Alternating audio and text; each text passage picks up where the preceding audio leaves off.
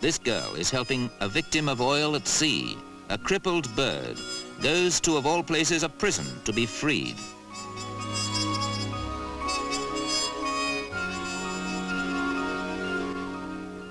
Whether it's the notorious Torrey Canyon or some lesser oil menace, the damage to natural life and seaside amenities is just as bad. Luckily, at the Verne Prison, Portland, Dorset, there's sanctuary for stricken birds.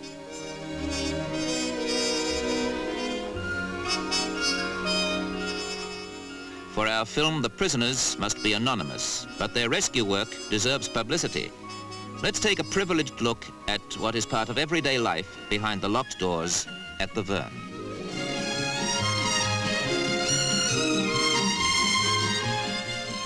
There's a chance here for serious ornithological study as well as treating oil casualties.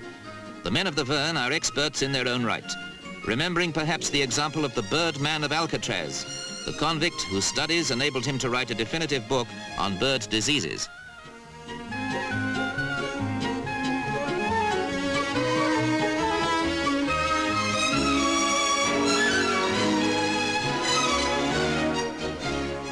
Careful washing frees the guillemots' fouled-up feathers, but that's just the start of the bird's rehabilitation story. Natural oils replace those washed away, and after its exhausting experience, it needs rest to bring it back to normal. A simple but generous act like this helps men who've been in trouble themselves understand their problems.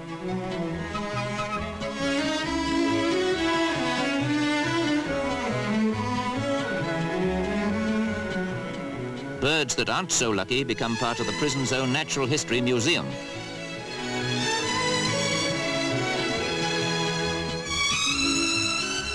Freedom isn't usually regarded as something relative, certainly not to a man serving a sentence. But to be free as a bird inside a prison does make sense when an injured wing makes it a temporary jailbird.